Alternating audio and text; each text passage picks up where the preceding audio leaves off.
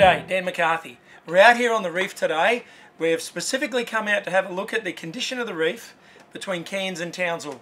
Today we've zeroed in on the area between Russell Heads and Cardwell, having a good look around at a whole bunch of different reefs, inner reefs, mid-shelf reefs and the outer reefs, just to assess their condition. Now just keep in mind, these reefs in the last few years, back in 2006, this area was smashed by Cyclone Larry. Then only 5 years later, in March 2011, it was smashed again by Cyclone Yasi, and that was pretty significant. I was involved in some coral surveys at the time around all these reefs, and I can tell you it was pretty horrific. We've also had some crown of thorn starfish impact, and we've also had some other bleaching impact in that time. So just keep that in mind. You're going to see some footage of different reefs. We've had a drone flying over a whole bunch of different reefs, had snorkelers and divers in the water at a whole bunch of different reefs. So have a look for yourself at the condition of the Great Barrier Reef today.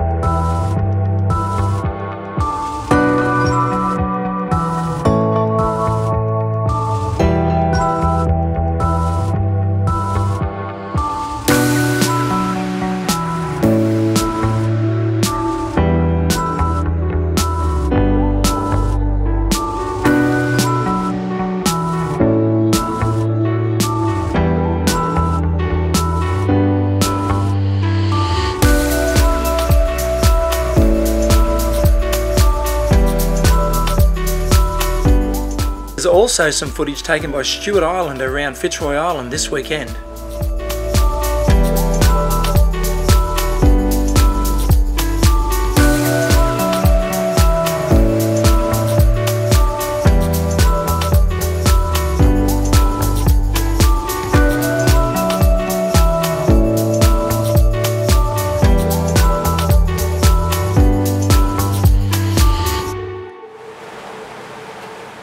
Of all the reefs we've looked at today, we've looked at inshore reefs, midsection reefs and outer reefs. The reef looks absolutely fantastic.